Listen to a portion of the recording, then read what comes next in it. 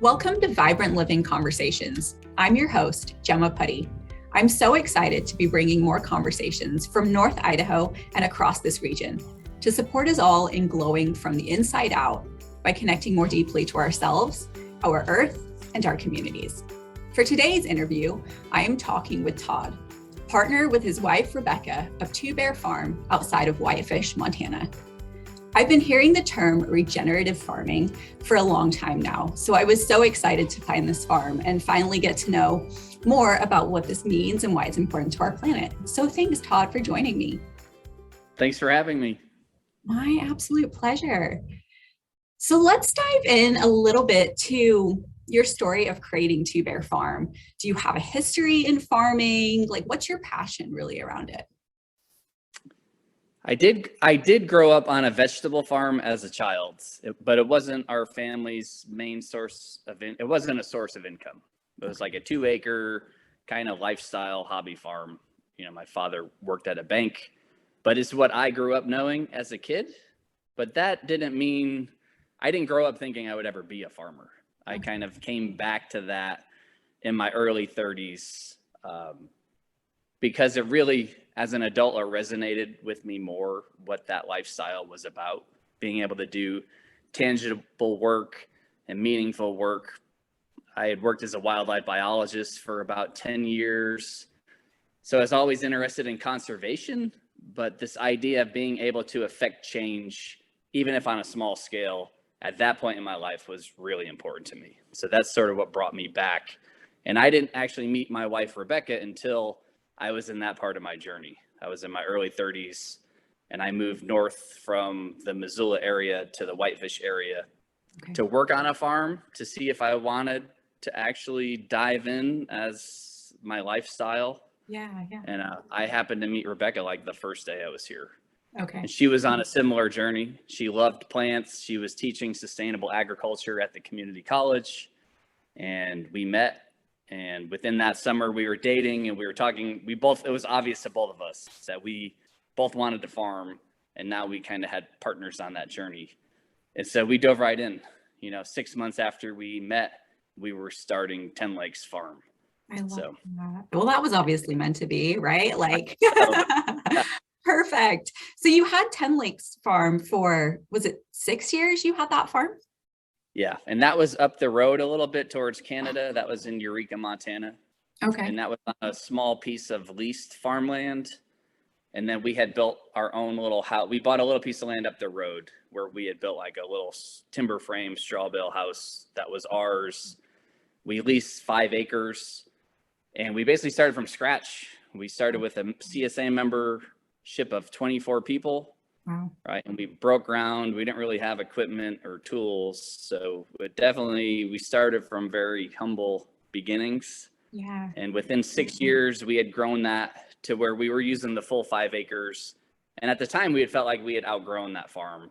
Right. And it was at that point where most of our customers were in Whitefish area down in the Flathead. Right. So that was about a 45-minute drive for us.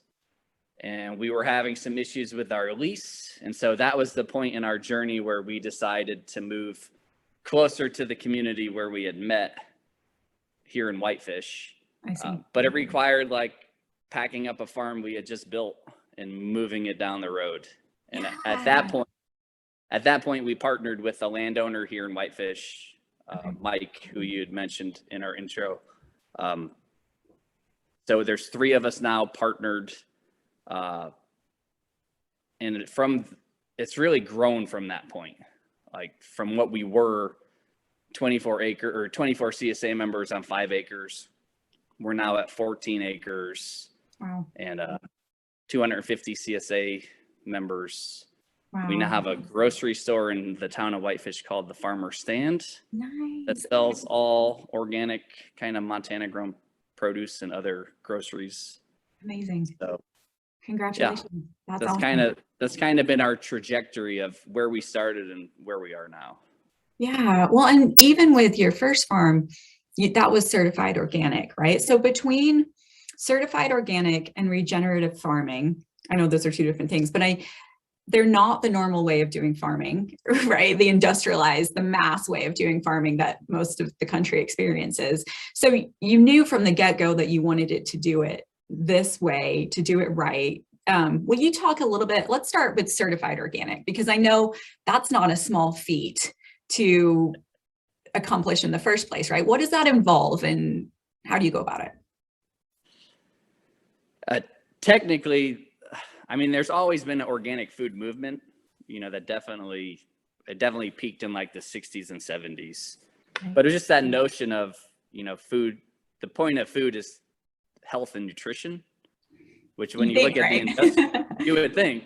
And then when you look at the industrial system, you're like, that's not its purpose. The industrial food system is trying to maximize yields, produce maximum calories. You never hear people really talk about food, health, and nutrition. Right. So organic is very different from that mindset. And that's when we talk regenerative and organic and conventional, it's really the mindset that's the most important to think about, because all the practices stem from that kind of worldview. Right. So to Rebecca and I, we never considered using toxins and poisons when growing food. It's like conventional farming was not what we ever wanted to do. Because I mean, it goes straight in our body, right? Like you think about like you're killing the bugs, but putting two together, when it's chosen to be done, there's no chance of that not making it into your body in some way, shape, or form. Right. And there's a lot, I don't want to go down that rabbit hole, but there's a lot of marketing by the chemical industry that tries to convince farmers and consumers that it's not an issue. Gotcha. But we know that it's an issue. Right. And it's becoming more and more apparent that it's an issue. So we started day one because we were on ground that had never been farmed with chemicals. We were able to certify organic in our first year. Amazing. Whereas typically it would take a 3-year transition to do that. Okay. Back in the 90s, the organic movement, because there was conflict with like, what did it mean to be organic? The farmers went to the USDA to get the certified organic label kind of created and to have it managed by the USDA. So now in order to be certified organic, you have to go through a pretty laborious application process. You have to be inspected every year. An inspector comes out to the farm and looks around. Nice. And in an odd twist, you actually have to pay to be organic as an organic farmer. Is it a lot that you have to pay? You have to pay a percentage of your sales every year, and you have to pay an application fee. So when you think about like government policy, if you want to grow GMO corn, you get subsidized by the government to grow GMO corn. But if you want to grow organic corn, you have to pay the government to do that. And so there's a very interesting bias when you think about food policy. Yeah, for sure. So the other twist with organic is for the past decade, it's been the fastest growing segment of the food market. Okay, awesome. And so it started as like a niche movement, but now it's fairly mainstream. Right. But the problem with that is like big ag and the corporations of the industrial food system see that and they want in on that money, but they don't want to do the practices. And so working the way that corporations work, just in recent years, there's been a frustrating chain of events where certified organic has been watered down to some degree. Interesting. And so like hydroponics is now allowed to be certified organic, even though the founding law talks about being soil-based and having like ecosystem benefits, whereas a hydroponic facility does not. Right. Check the box. We have issues with confinement dairies now being certified organic, whereas that was never the intent. We have like concentrated animal feed operations that the USDA is allowing to be certified. That was never the intent. So there is some conflict now between the farmers who believed in the ethics and the values of the movement. Right. And we made this deal with the devil, with the USDA to run the movement, and they've sold it out to industry. So the problem with that is it's not that the organic label is toast. It's just that as a consumer, you don't know exactly what you're going to get, which you mentioned this idea of organic or not, farmer's market or grocery store. It's that latter point that I think is the most important. Because right now, if you go to a grocery store and you see a certified organic label, you can still trust that there's no herbicides and pesticides in that food, which is still way better than most food. But all those other values that you thought you were supporting, you don't really know. You might be getting them or you might not be getting them. Right. Which is why, if those other values are important to you, I think that's why going to a farmer's market where you can talk to the farmer directly is really becoming the only place where you can get the true story of what's going on. And so organic's important, but also, if you can, knowing your farmer is really important. Oh, and I think more and more knowing our sources for all of our everything, right? Is where's your fish coming from? Where's your meat coming from? How, like, have you been there? How far is it having to travel? Like, being able to create those relationships, which I think is a beautiful thing around here, that we do have so many resources that you can find your local farmer and advocate, support local, advocate for your own health, all of that awesome stuff.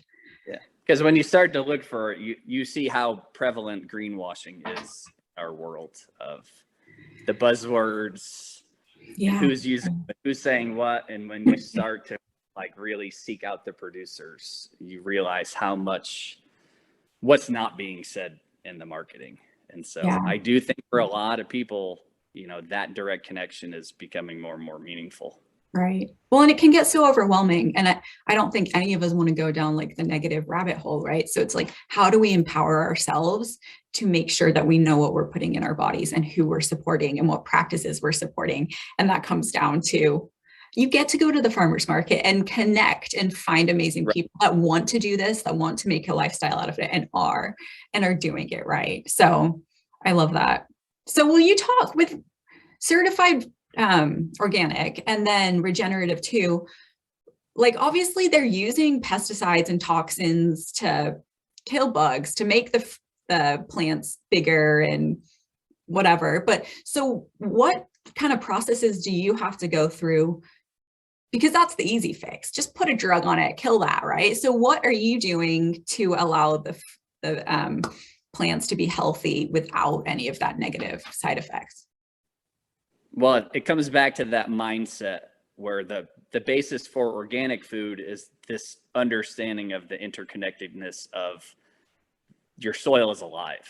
Yeah. There's like this whole fascinating ecosystem that has evolved to create nutrition in plants. Right.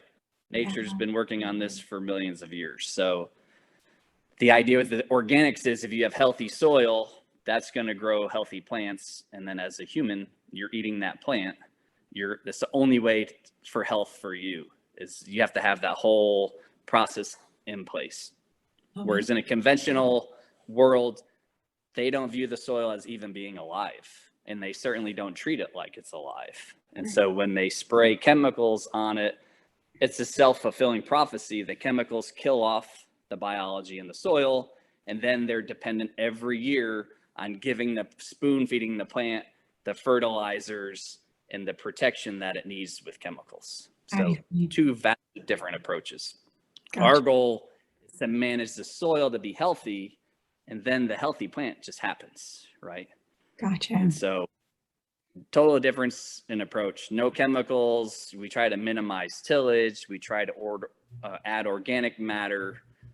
We can use compost and compost teas to actually promote the diversity in our soil. Nice. Because plants know how to defend themselves. And it's actually one really cool thing when you start to like dork out about plants, is that when a plant is outside in the real world struggling for survival, there's like 40,000 chemicals, secondary compounds that a plant can create to protect itself from bugs and from frost.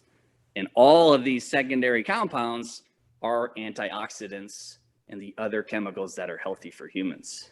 Love that. So having a plant out there naturally fending for itself produces more nutritional food than growing a plant in a hydroponic facility where it has, it's not being beat up by the weather and by bugs. Right. Or in a system where the soil's not alive and that connection is broken.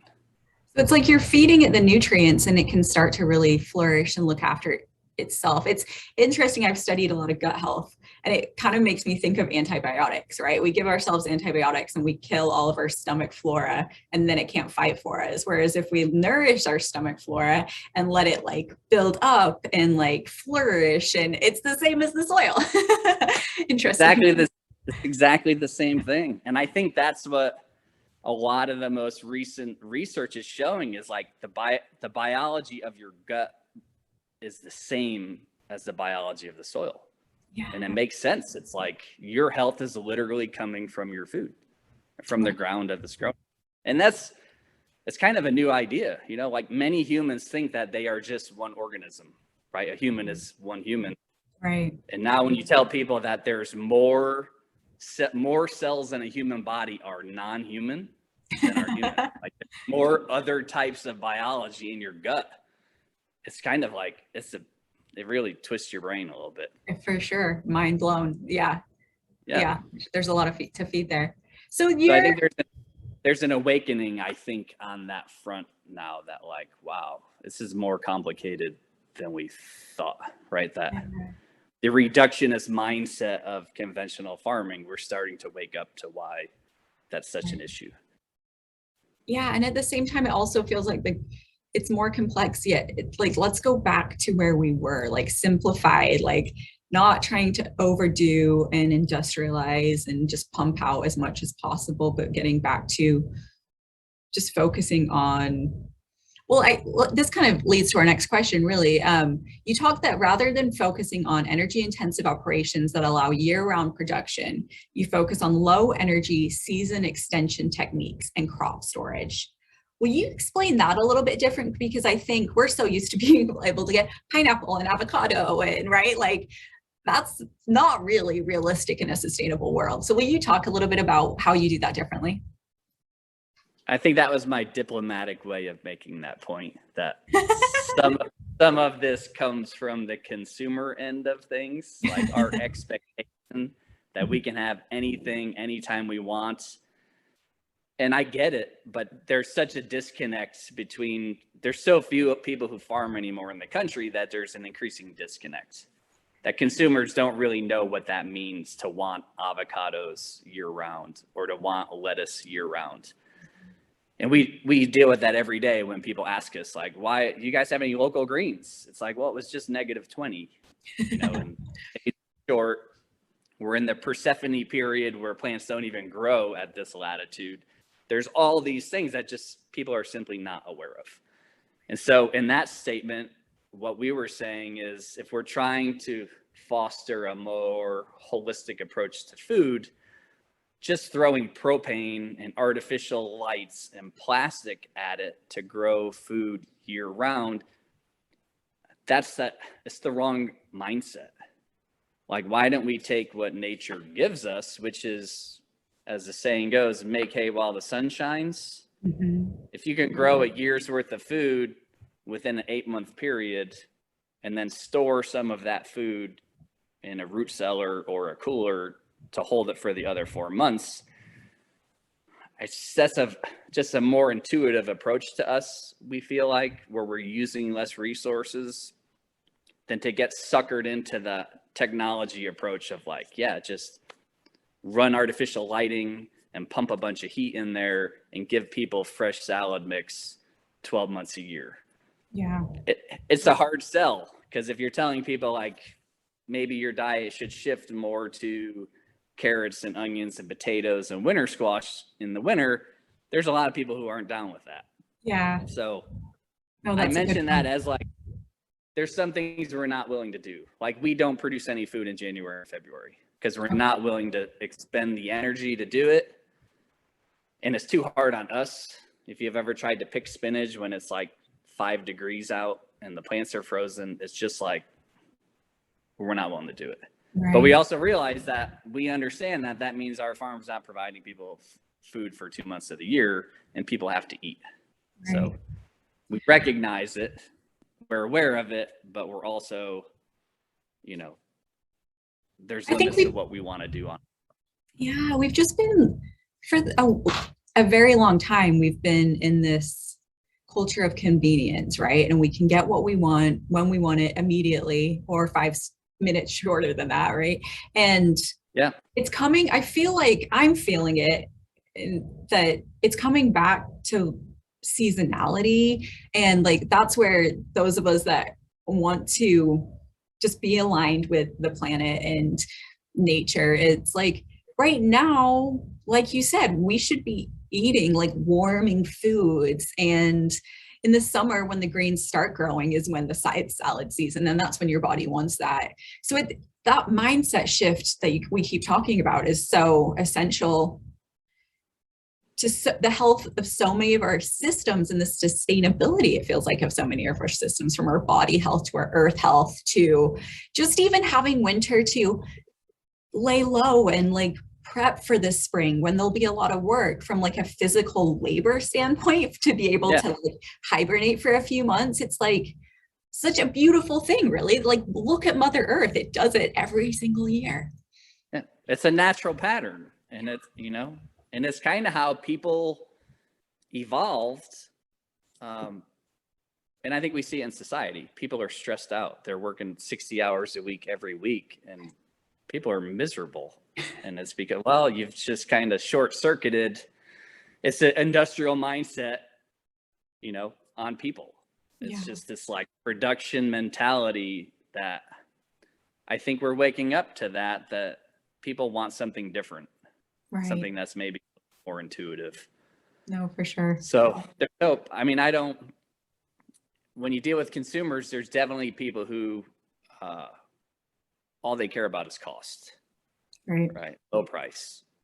And I don't, for us, it's like, those are probably never going to be our customers. Right. But I think for anybody who is paying attention to the supply chain, I think it's easy to make poor purchasing decisions because there's so much poor food available, and you don't see anything behind the product. You don't know where it came from, what that entailed, what the inputs are. Right. And even if you can read about it, you don't have the education, like the understanding of food ingredients and practices to know really what that means. Right. But as it comes to light, and it's like the yin and the yang. In order to know the good things about food, you kind of also have to know the bad things about food. Right. And when we start to see in the world of social media, we start to see like, where does the food in the grocery store really come from, and what does that supply chain look like? I think a lot of people are like, wow, I need to think about other values other than simply costs. When I always think, go ahead. I was just going to say, even forward thinking, like the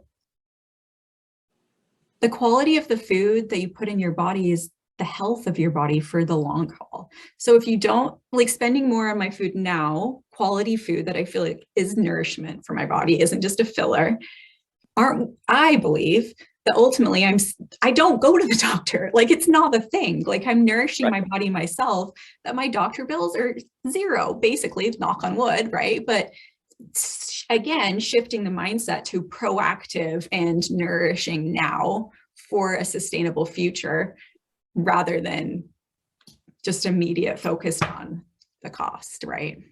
It's where we need to go as a society. For sure. You look at 1950 in this country, people would spend about 25% of their income on food.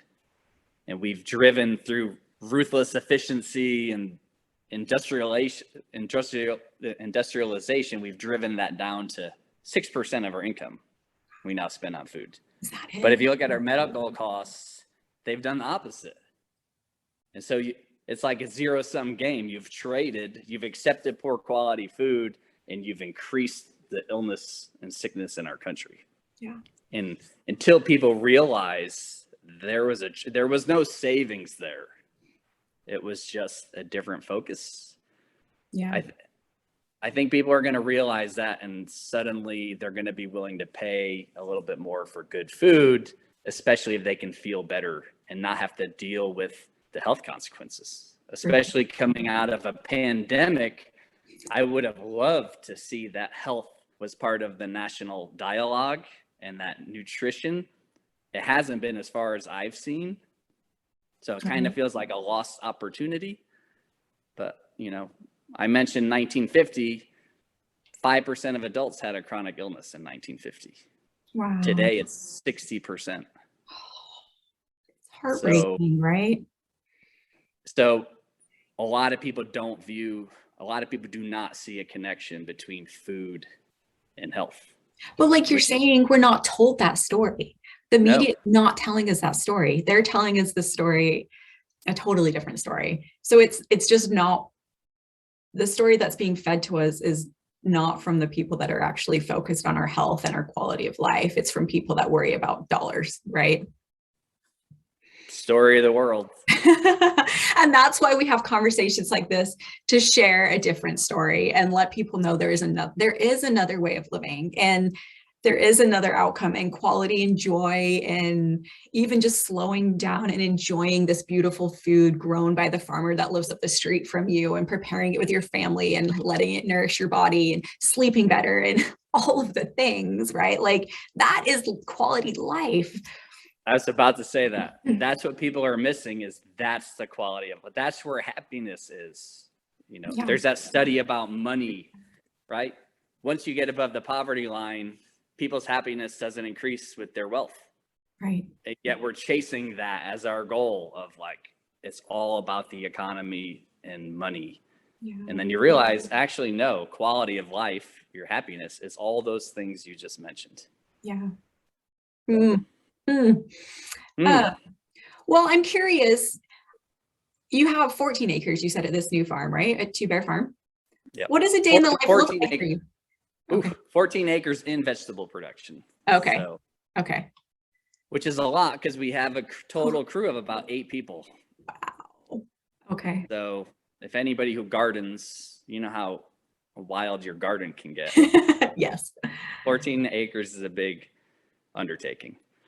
So our season runs, basically, we'll start seeds here pretty soon in March and April.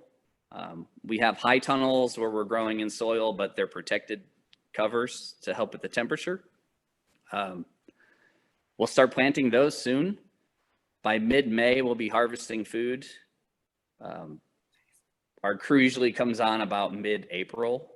So about mid-April, things kick in the gear. And it's full days. We try not, farmers have a bad habit of overworking themselves and burning out. And so we've really tried to make our days like an 8 to 10 hour workday, even in the peak season.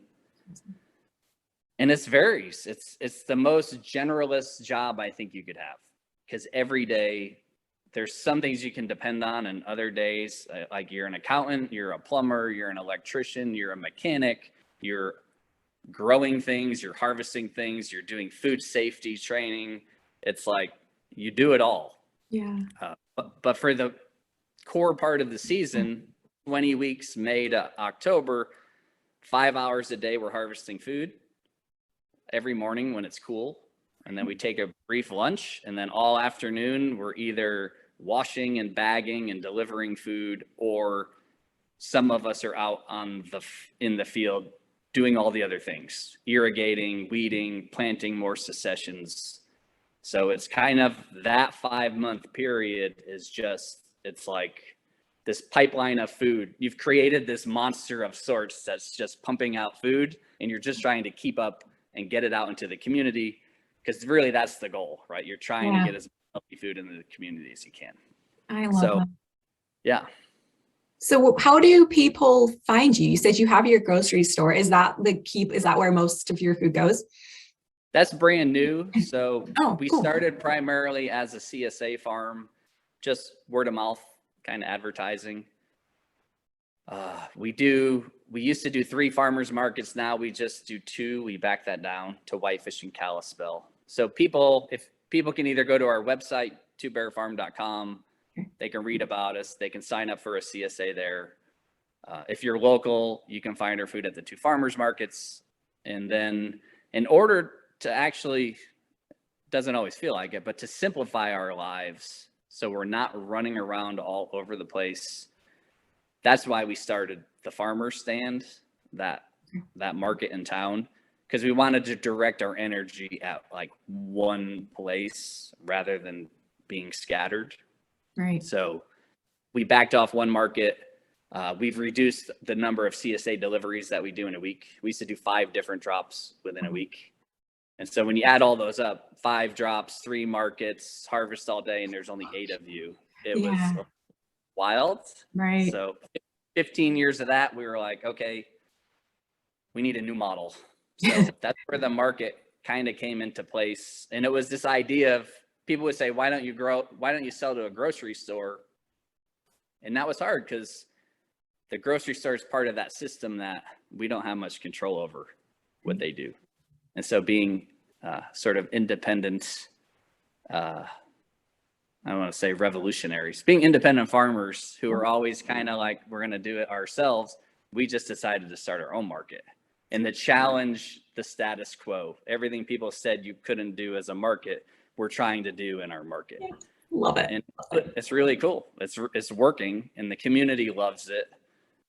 It's kind of gaining, farmers are getting wind of it, and they're like getting inspired to try things in their communities. And what I love about it is like, we have no desire to franchise it. I'm not trying to scale this up or to monetize it or to fall into all those traps. I'm just trying to have the one store. Yeah. And if other farmers and other communities want to have a similar store, by all means, they should. Right. So it's kind of, there's part of me that in a world that sometimes seems like it's gone mad, it's very empowering to even be able to have alternatives, to like work in a job where we don't feel stuck. And I think when you got back to like, what was our goal? It was like, we want to be able to live our values. And that's hard to do in a lot of the jobs in America today, right? Like work is a trade-off. Right. Yes. Right? How do we make our work actually be what we believe in? So powerful. That's what keeps us farming at the end of the day. I love that. And you're just writing your own story. I love that so much. I mean, we could all do that. Infinite possibilities if you believe. Everybody can do that. Mm-hmm. Love it. Every day is a new day. Every breath is a new breath, right? It's like you can start in the next breath. You can make different decisions. Love it so much. Is there anything else that I missed that you really would like to hit on, let people know about? You had mentioned kind of your viewership wanting to know how to engage in the food system. And I think it's like you mentioned, it's just the awareness that where food comes from matters and how it is grown matters. Because we're kind of taught that like a head of broccoli at this grocery store is the same as a head of broccoli over here at the farmer's market. And just to realize that they're not the same. Like when you compare prices, it's not apples to apples, right? That there's nutritional differences, and there's also value differences. Like, are you supporting the local economy? Are you supporting young farmers in your town? Or is all that money just leaving your community? And so if you're the type of person who's asking those questions, I would encourage them to keep asking those questions. I love that. Because how you spend your money really does influence what the world looks like. And so many of us go to the voting booth thinking that's where we're going to have a choice in creating some sort of change. Whereas every time you pull out your wallet or your purse, that's where your real power exists as an individual. So recognizing that and then kind of wielding that power to, as what Gandhi would say, to make the change, be the change you want to see in the world. For sure. That's your opportunity. Yeah. Well, and right now is the time to find your local CSA that you're going to sign up for. Or, I mean, I'm just excited for farmers market season. I love going and roaming around. I think this was National CSA Week, actually. Oh, was it? My calendar. So. Perfect.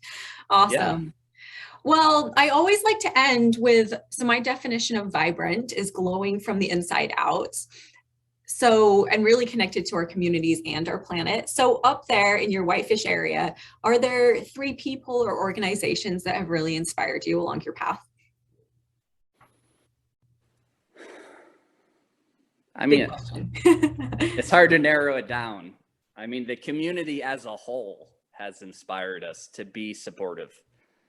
I know there's farmers in other communities that, they're just a totally different demographic, and the ability to do it is different. So we're super thankful that we have always had a supportive community that always comes out. So that's the key. There's a nonprofit, Land to Hand Montana, used to be called Farm Hands. It's been around for a while in the community, but they're engaging, they're bringing healthy food into the schools, and they're also bringing kids out of the schools into the gardens to teach them about food production. And that's always a piece that's needed to be addressed. It's a piece that a lot of people tell farmers they should address, but farmers are too busy. So to have a local nonprofit that is stepping in to do that really important work has been great. And then most recently, we've been working with the North Valley Food Bank, which is our local food bank in the community, that is really doing a great job at being progressive and creative and finding new solutions by like having a kitchen and starting a gleaning program with farms and preparing food for clients and really focusing on not just providing people with calories, but providing people with nutrition, which I think is a super important thing to consider in the food bank world, right? People need to eat, but are you doing them a disservice by giving them food that's going to just create more issues for them? Or are you giving them food that's going to set them up for success? Oh, that's so powerful. Yeah. Those would be my 3. Perfect. Well, Todd, I'm so thankful for you joining me today. This was a great conversation and hopefully eye-opening for a lot of people. Thanks for having me. My pleasure. Thank you.